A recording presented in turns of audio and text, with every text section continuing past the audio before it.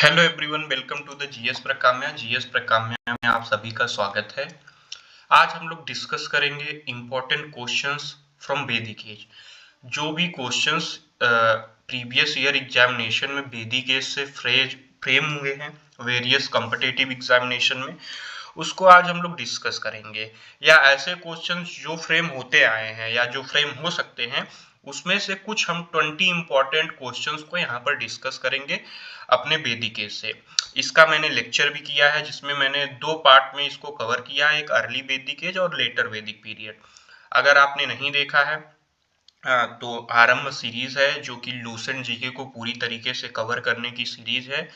एक इनिशिएटिव है ताकि जो बच्चे कॉम्पिटिटिव एग्जाम्स की तैयारी कर रहे हैं और जीएस में अपना जो है रुचि नहीं रखते हैं, कमांड नहीं बना पा रहे हैं, जीएस उनको अच्छा नहीं लगता है, तो एक हेल्पफुल इनिशिएटिव है जिससे ये हो सकता है कि आप धीरे धीरे अपना जो स्टडी क्राइटेरिया है उसको इम्प्रूव कर पाएं जीएस के लिए। तो आइए आप आज का अपना लेक्चर स्टार्ट करते हैं जिसमें हम लोग कुछ 20 इंपॉर्टेंट एमसीक्यूज जो कि ऋग्वेदिक एज से या वैदिक एज से फ्रेम होते हैं उसको हम लोग देखेंगे। तो आइए स्टार्ट करते हैं। आपका पहला क्वेश्चन है, in the 10th mandal of Rigveda which one of the following hymns reflects upon the marriage ceremonies. कह रहा है कि जो हमारा ऋग्वेद का 10वां मंडल है उसमें कौन सा हाइमन यह बताता है। आपको पता होगा कि there are 128 hymns in the Rigveda, तो उसमें से कौन सा हाइमन जो कि 10वें मंडल में है यह बताता है कि मैरिज सेरेमनी से रिलेटेड बातें बताता है। तो सूर्य सूक्त, पुरुष सूक्त, धन स्तुतिस, या अगला ऑप्शन है आपका उमा सूक्त। तो इन चारों में से कौन सा हाइमन ये बताता है कि मैरिज के बारे में चीजें बताता है, मैरिज से रिलेटेड बातें बताता है। तो पुरुष सूक्त में 10वें मंडल में पुरुष सूक्त ये सब चीजें बताता है। और पुरुष सूक्त भी ये बताता है जो पुरुष सूक्त आपको पता होगा कि धर्म अर्थ काम मोक्ष 4 पुरुषार्थ हैं, तो उसके बारे में भी बताता है पुरुष सूक्त।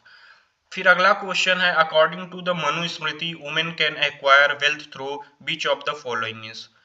कह रहा है, अगला क्वेश्चन कह रहा है कि जो स्त्रियां हैं मनु स्मृति के हिसाब से वो वेल्थ का एक्वायरमेंट किस तरीके से कर सकती हैं।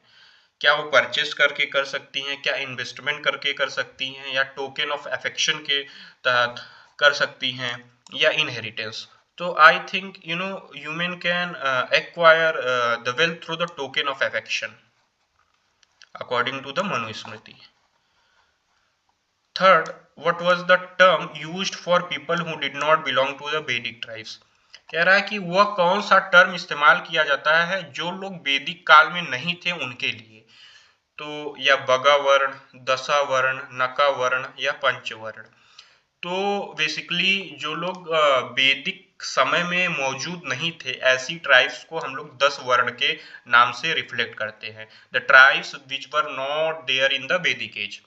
And there is on my suggestion that while watching this video आप कोशिश कीजिए कि अगर आपको समझ में आ रहा है, चीजें समझ में आ रही हैं, कैच करने में दिक्कत नहीं, परेशानी नहीं हो रही, तो आप प्लीज 1.2 के स्पीड में देखें ताकि आपका टाइम सेव हो और आप जो है लेस टाइम में ज्यादा ज्यादा चीजें पढ़ पाए और ग्रेस्प कर पाए। और आपको, हमको लगता है आपको ऐसी आसानी भी होगी और आपको इंटरेस्ट भी जनरेट होगा।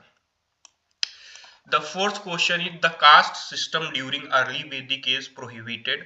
कह रहा है कि जो जाति प्रथा थी अर्ली वैदिक एज में वह किस चीज पर मनाही रखती थी। पहली बात तो I don't think in the early वैदिक पीरियड जो कास्ट सिस्टम था वो प्रिवेलेंट में था।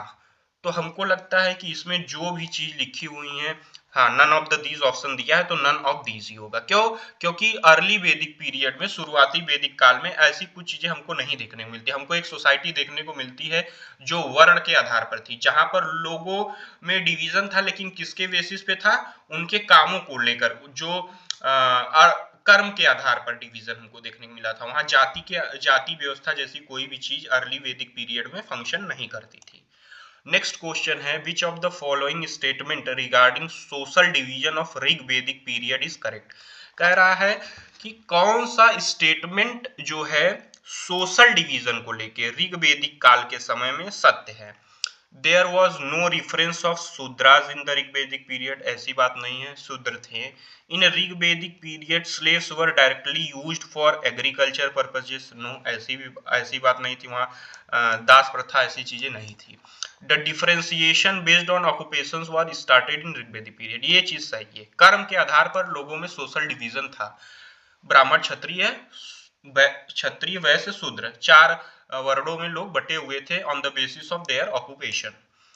And the next question, near which river was most of the Rig Veda civilisation were situated, कह रहा है कि ऋग्वेदिक काल में जो बहुत सारी सभ्यताएं थी या जो सेटलमेंट्स थे वह किस नदी के किनारे हुए बसे सेटलमेंट्स थे, या किस नदी के किनारे पर बसे हुए सेटलमेंट्स थे? नर्मदा नदी के, सरस्वती, गंगा, अगला गोदावरी। तो आपको इन चारों नदियों में बताना है कि जो most of the Rigvedic settlements थे वह किस नदी के किनारे में थे। तो वह सरस्वती नदी के किनारे में थे। सरस्वती को आज के समय में मिथिकल रिवर भी कहा जाता है, माना जाता है कि ये बहती हैं और इनका संगम भी प्रयागराज में होता है, गंगा जमुना सरस्वती का, लेकिन ये दिखती नहीं है। But NASA now has proven that in the bushy areas of Rajasthan they are used to flow a river which in Vedas referred as the Saraswati। तो एक ऐसी नदी बहती थी जहां पर ज्यादातर जो ऋग्वेदिक सेटलमेंट्स थे वो इसी नदी के किनारे थे। The next question, the following 7 item consist of 2 statement, statement 1 and statement 2। You are to examine these 2 statements carefully and select the answer to these items using the code given below। The cities of the second urbanization in Indian history are mainly located in the Ganga Valley। कह रहा है कि जितनी भी cities थी second urbanisation, पहला urbanisation Indus valley civilisation का था और दूसरा जो अर्बनाइजेशन हम लोग को माना जाता है वह ऋग्वेदिक काल का माना जाता है। तो कह रहा है कि जितनी भी सिटीज थी वो इंडियन हिस्ट्री में वो गंगा वैली के किनारे बसी हुई थी। एंड सेकेंड स्टेटमेंट है, advance iron technology ensuring an agrarian surplus is instrumental to this process of urbanisation. And इसमें कह रहा है कि जो अर्बनाइजेशन था वह इतना क्रूसियल, मतलब इतने अच्छी तरीके से डेवलप्ड हो पाया था, इसके लिए जो एग्रेरियन सरप्लस था या इंस्ट्रूमेंटल नॉलेज थी लोगों में, वह बहुत इंपॉर्टेंट रोल प्ले करती है। तो आपको बताना है इस गिवन कोड के हिसाब से कि क्या दोनों statements are individually true and is the correct explanation of both of the them, और बताना है both the statements are individually true but statement second is not the correct explanation of the statement one. फिर बताना है कि statement one is true but statement second is false. तो आपको 4 option दिए हैं, फोर्थ है statement one is false but statement second is true. तो आपको बताना है कौन सी चीजें इसमें से राइट है।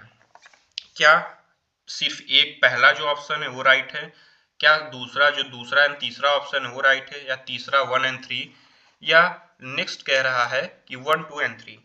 तो देखो, both the statements are individually true but the second is the correct explanation of the statement 1, so the answer 1 will be the right one, because most of the urban settlement, look, the settlement at the time of Rigvedic period is mostly along the Saraswati river, but urban settlements are along the Ganga valley, so the statement 1 is correct। What are the, ये देखो statement and assertion type का question जो होता है, इसमें अगर आप अपनी नॉलेज को एकदम बढ़िया से रखे हुए हैं, आप फुल कॉन्फिडेंस है, तो आप डायरेक्ट इसको हिट कर देंगे। अब आप थोड़ा भी गड़बड़ाए कि अरे यार हमको ये वाला भी लग रहा है, ये वाला भी लग रहा है, तब वहां पर जो है आपको प्रॉब्लम होती है, और मैनी टाइम में होता है कि जो आप आंसर टिक करके आते हैं वो गलत हो जाता है। तो you have to sure about this and you have to very confident about your knowledge, तब आपके जो स्टेटमेंट एंड असर्शन टाइप के क्वेश्चन रहते हैं, असर्शन एंड रीजनिंग टाइप के क्वेश्चन रहते हैं, वह बहुत ही ज्यादा मात्रा में करेक्ट होते हैं। और क्योंकि most of the questions in assertion and reasoning type ये आपको काफी घुमा के पूछे जाते हैं, इसीलिए। फिर अगला क्वेश्चन है, what were the 2 assemblies during the early वैदिक पीरियड। आपको बताना है जो 2 असेंबलीज एग्जिस्ट करती थी अर्ली वैदिक पीरियड में, तो सभी लोग जिसने थोड़ा भी पढ़ा होगा, लूसेंट को भी पढ़ा होगा या हिस्ट्री थोड़ी भी पढ़ी होगी, एक आध साल कॉम्पिटिटिव एग्जाम की तैयारी की, उसको पता होगा कि समिति एवं सभा करके 2 असेंबलियां थी ऋग्वेदिक काल में। अब अगला क्वेश्चन है question number 9। Consider the following statement, the Aryans referred indigenous people of the India as Dasas and Dasyus. The Aryans were divided into 5 tribes called Panchajans. तो आपको बताना है कि जो ये है दोनों स्टेटमेंट को कंसीडर करना है और नीचे दिए हुए करेक्ट ऑप्शन को टिक करना है। क्या दोनों स्टेटमेंट सही है, या पहली स्टेटमेंट सही है, या आपकी जो कोई भी स्टेटमेंट सही नहीं है। तो कह रहा है कि Aryan referred indigenous peoples of India as dasas and dasis, ये बात सही है। फिर the Aryans were divided into 5 tribes called Panchajanas, ये भी बात सही है। तो I think both the option 1 and 2 are the right. Next question is, the archaeologists have excavated a number of settlements. Which of these are not associated with जनपद of Vedic period? कह रहा है कि जो आर्कियोलॉजिस्ट है उन्होंने काफी चीजें खोजी है हिस्टोरिकल फाइंडिंग्स में। आपको बताना है कि कौन सा इसमें से नहीं है जो जनपद पीरियड थे वैदिक काल में, जो जनपदास थे वैदिक काल में उनसे रिलेट करता है। Hastinapur near Meerut, Magadha in Bihar, Atranji Khera near Etah and none of the this. देखो हस्तिनापुर में भी हमको वैदिक एविडेंसेस मिलते हैं, अरंती जेखरा में भी हमको थोड़ा वैदिक एविडेंसेस मिलते हैं, लेकिन बगध एंड बिहार में महाजनपद काल का टोटली हमको हिस्टोरिकल फाइंडिंग्स मिलता है। तो ये हमको लग रहा है कि ये इससे मैचेबल नहीं है। तो second Magadh in Bihar is the right answer. And question number 11, consider the following statement with respect to the early Vedic period. आपको अर्ली वैदिक पीरियड की कंसिडरेशन में कुछ स्टेटमेंट दिए हुए हैं, वो पढ़ना है और बताना है कि कौन सा सही है। The Rigvedic society was matriarchal and the basic unit of society was graham. कह रहा है कि जो ऋग्वेदिक सोसाइटी थी, समाज था, वह मातृ पक्ष की तरफ ज्यादा झुकाव था, मैट्रियार्कल था, मतलब जो वुमेन्स थी उनका दबदबा था, ये चीज कहना चाहता है। And second is, during the Rigvedic period child marriage was prevalent while the practice of Sati was absent.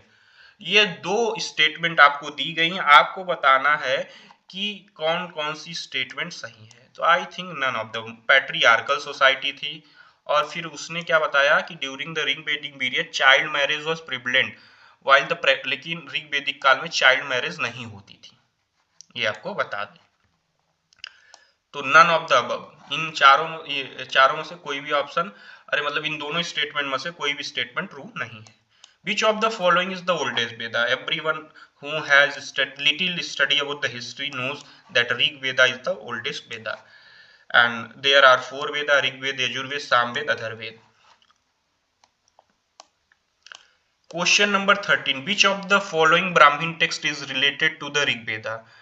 ऐतर्य Brahmin, Gopad Brahmin, Shatapatha Brahmin या तैतर्य ब्राह्मीण। आपको पता होगा, जो वैदिक लिटरेचर के बारे में थोड़ा भी पढ़ा होगा, लूसेंट का ही लूसेंट में मैंने जो लेक्चर लिया था उसमें भी वैदिक लिटरेचर में मैंने बताया था वेदास, ब्राह्मीण्स, अरणाक्यास, ये सब चीजें के बारे में बताया था कि किस प्रकार की वैदिक लिटरेचर एग्जिस्ट करती थी। तो उसमें हमने ये बताया था कि जो हमारे चारों वेद हैं उनको समझने के लिए कुछ स्पेशल टेक्स्ट लगती हैं जिन्हें ब्राह्मण्स कहते हैं, और इसी में से क्वेश्चन पूछा है कि हम लोग जब ऋग्वेद पढ़ते हैं तो कौन सी ब्राह्मीण हमको हेल्पफुल करती है, ऐतर्य ब्राह्मीण, गोपद ब्राह्मीण, सतपथ ब्राह्मीण, या फोर्थ है आपका तैतर्य ब्राह्मीण। तो आपको बताना है कि which of the following Brahmins according is helpful in the understanding Rigveda. तो वो ऐतर्य ब्राह्मीण है जो हमको ऋग्वेद समझने में हेल्पफुल है, and is it basically related to the Rigveda. आप सिंपल भाषा में समझें। जो भी जिसने लेक्चर्स नहीं देखे हैं जाके देखें, कोशिश करें कि समय 1.25 स्पीड में देखें ताकि आपका समय भी कम लगे और आप समझ पाएं, और 2-3 बार देखें ताकि आपके माइंड में एकदम सेट हो जाए, और फिर उसके बाद आप क्वेश्चन अटेंड कीजिए। क्वेश्चन भी हम करवा रहे हैं, आप चेक कीजिए कि कितना आपका प्रिपेयर हुआ है। काफ़ी अच्छी सीरीज़ है, काफ़ी हेल्पफुल सीरीज़ रहेगी, क्योंकि जो है क्या होता है ना कि बच्चे जो कॉम्पिटिटिव, आजकल जो सोशल मीडिया का दौर चला है, इसमें आधातर तो ऐसे बच्चे हैं जो झूठा झूठा ही मोटिवेट हो जाते हैं, मतलब देख के लोगों से कि हाँ भाई देखो ये आसान लग रहा है हमको, ये कर लेंगे ये कर लेंगे।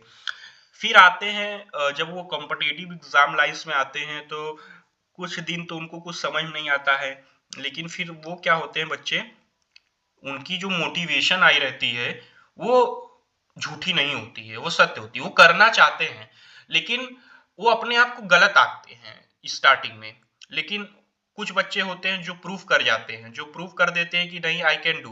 वो कैसे कर पाते हैं, वो मेहनत से ही कर पाते हैं। और मैंने ज्यादातर देखा है कि कुछ बच्चे जो मैथमेटिक्स और जिनकी रीजनिंग अच्छी होती है, या तो यूपी बोर्ड बैकग्राउंड से आते हैं तो इंग्लिश वगैरह उनकी वीक होती है, जितने भी वनडे एग्जाम्स होते हैं वहां पर वो कोप अप नहीं कर पाते हैं। या कुछ बच्चे जिनकी जो सीबीएसई वगैरह से पढ़ के आए हैं, उनकी मैथमेटिक्स भी ठीक है, उनकी रीजनिंग एबिलिटी भी ठीक है और उनकी इंग्लिश भी थोड़ा ठीक ठाक है, लेकिन वो जीएस में आ जाते हैं। क्यों? क्योंकि वो इतना इंटरेस्ट से पढ़े नहीं होते हैं। और वो जीएस मतलब यही जानते रहते थे 12th तक कि जनरल नॉलेज होता है। जब वो कॉम्पिटेटिव एग्जाम में घुसते हैं तो उनको पता चलता है जीएस मतलब जनरल साइंस नहीं, जनरल स्टडीज भी होता है।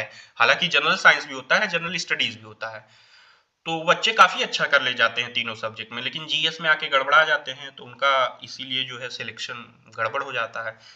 तो ये एक कोशिश है कि एक ट्रैक दिया जाए कि कहाँ से, और बच्चे कंफ्यूज रहते हैं कि स्टार्ट कहाँ से करें, स्टार्ट कहाँ से करें क्योंकि काफी मटेरियल अवेलेबल है मार्केट में, काफी टीचर्स हैं जो आपको अपनी बैच लेने के लिए जोरों तोरों से प्रचार करते हैं, आ जाइए बस। 200 में 100 में ऐसी ऐसी बैच आ जा रही है जिनको लेके जो है पढ़े रहते हैं। आप कोशिश कीजिए कि एक लूसेंट की बुक परचेज कीजिए, और उसको अगर आप अपने से पढ़ पाते हैं तो अपने से पढ़िए, कोई इससे पढ़ने की जरूरत नहीं, नहीं पढ़ पाते हैं तो एक हेल्पफुल, एक आपको मददगार जो है ये जो सीरीज हमने स्टार्ट की आरएम सीरीज, ये आपको हेल्पफुल एक सीरीज रहेगी। क्यों? क्योंकि इसमें मैं वही चीजें पढ़ा रहा हूँ जो लूसेंट में लिखी हुई है। और एक बार ये आप लूसेंट पे थोड़ा सा कमांड करेंगे, फिर प्रीवियस ईयर लगा डालें, तो हमको लगता है कि जीएस काफी हद तक आपको आ जाएगा और काफी हद तक आप कर भी पाएंगे एग्जाम्स में। बात फंसेगी कहाँ? बात फंसेगी करंट अफेयर्स में। तो जो बच्चा तेज होगा, जिस साल वो प्रिपरेशन कर रहा है उस साल के करंट अफेयर्स करके जाएगा, 2-3 क्वेश्चन जो आते हैं इधर उधर से वो कर लेगा। अब अगला क्वेश्चन है question number 14, which of the following craftsmanship was not practised by the Aryans? Pottery, jewellery, carpentry या ब्लैक स्मिथ?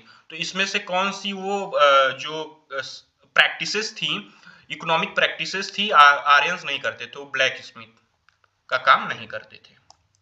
फिर अगला क्वेश्चन है कंसीडर द फॉलोइंग स्टेटमेंट। तीन स्टेटमेंट दी हुई हैं, इनको आप पढ़िए। Women had held a low position in a society, girls were educated along with the boys, women were allowed to attend both sabha and samiti. Which of the following statement given above is are correct regarding the early Vedic age? बताना है आपकी कौन सी statement early वैदिक as के हिसाब से सत्य है तीनों में से। तो क्या women had held low position in a society, क्या ऐसी चीज थी? हाँ थी। Girls were educated along with the boys, हाँ ये थी। Women were allowed to attend both Sabha and Samiti, ये थी। ये चीज नहीं थी, वुमेन को लो पोजीशन नहीं थी, वुमेन को भी इक्वल ट्रीटमेंट दिया जाता था। ये दोनों चीजें थी, लेकिन ये चीज नहीं थी कि वुमेन की लो पोजीशन नहीं थी, वुमेन की भी पोजीशन ठीक ठाक थी अर्ली वैदिक एज में।